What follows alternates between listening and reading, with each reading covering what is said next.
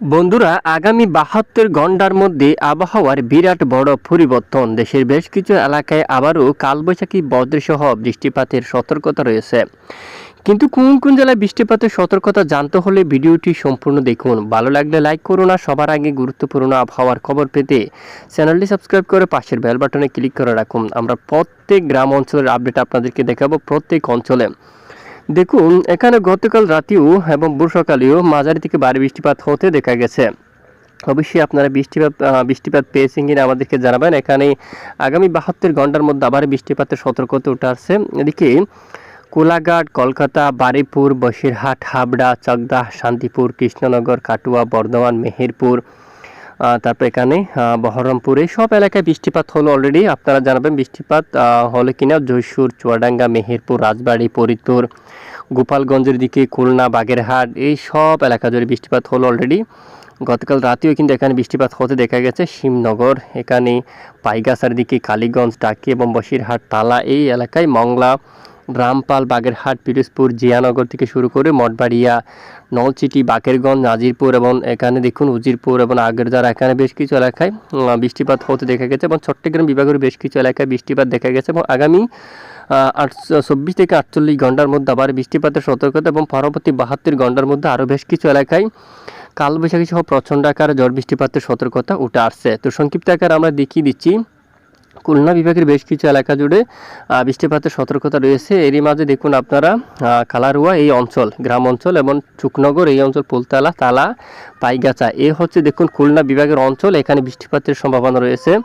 এবং এদিকে দেখুন আপনারা ভটিয়াঘাটা, এখানে ফুলতলা এবং খুলনা, এখানে কালীগঞ্জ এবং সুন্দরবন, টাকি এবং বসিরহাট, এখানে দেখুন আপনারা বাদুড়িয়া এই অঞ্চলে, হাবড়া, তারপর এখানে দোধপুকুর, এই সমস্ত এলাকায়, কলকাতা, বারুইপুর এবং উত্তর 24 পরগনা, দক্ষিণ 24 পরগনা এলাকায়, এখানে অনেক এলাকায় কালবৈশাখী বজ্রসহ বৃষ্টিপাতের সম্ভাবনা থাকছে। এবং এদিকে দেখুন শান্তিপুর দিকে, তারপর আরও একটু উত্তরে পান্ডুয়া, চাকদা এবং এদিকে দেখুন রানাঘাট এবং শান্তিপুর, বর্ধমান, এই এলাকার দিকে দেখুন লাল কালার মেঘ হচ্ছে। এখানে কিন্তু বৃষ্টিপাতের প্রবল কিন্তু সতর্কতা উঠাচ্ছে আগামী 24 থেকে 48 ঘন্টা। এবং বগুড়ার দিকেও কিন্তু বৃষ্টিপাতের সতর্কতা রয়েছে। তো আগামী 24 ঘন্টায় 9 তারিখ নাগাদ বৃষ্টিপাতের সম্ভাবনা। এরপরে দেখুন আরও রাজশাহী বিভাগের অনেক এলাকায়, পশ্চিমবঙ্গের বিভিন্ন এলাকায় বৃষ্টিপাতের সম্ভাবনা থাকছে।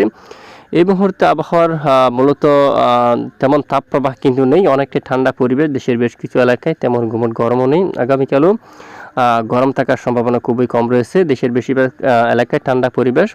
তো 10 তারিখ নাগাদ বৃষ্টির মাত্রা কিছুটা কম, তবে উত্তরে কিছুটা বৃষ্টিপাতের সম্ভাবনা রয়েছে এবং যশোর থেকে শুরু করে ঢাকা বিভাগের উত্তরাঞ্চলে বৃষ্টিপাতের সম্ভাবনা রয়েছে। তবে আগামী 11 তারিখ নাগাদ আবারও বেশ কিছু এলাকায় কালবৈশাখী বজ্রসহ বৃষ্টিপাতের সতর্কতা উঠে আসছে। ওই সময় যশোর থেকে শুরু করে এবং ঢাকা বিভাগের বিভিন্ন অঞ্চল এবং খুলনা বিভাগের বিভিন্ন অঞ্চল জুড়ে পশ্চিমবঙ্গের অনেক এলাকায় কালবৈশাখী বজ্রসহ বৃষ্টিপাতের সম্ভাবনা উঠে আসছে। তো আমরা কিন্তু নজর রাখছি, অবশ্যই আপনাদেরকে জানাবো। কোথাও আবহাওয়ার ভয়াবহ পরিবর্তন দেখলেই আমরা সঙ্গে সঙ্গে জানিয়ে দেব। এদিকে দেখুন বৃষ্টিপাতের সতর্কতা বাকেরগঞ্জ, পটুয়াখালী, বরগুনা, কলাপাড়া, তারপর এদিকে বসিরহাট, বাগেরহাট, খুলনা, গোপালগঞ্জ, আগামী 72 ঘন্টার মধ্যে এই অঞ্চলের দিকে বৃষ্টিপাতের সম্ভাবনা উঠে আসছে।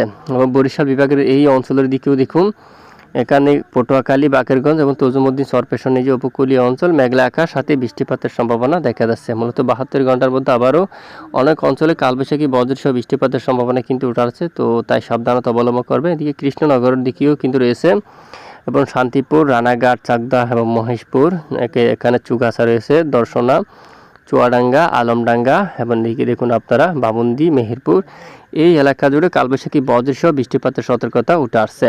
তো এ হচ্ছে আজকের আবহাওয়ার সংক্ষিপ্ত রিপোর্ট। এতক্ষণ আমাদের সঙ্গে থাকার জন্য ধন্যবাদ।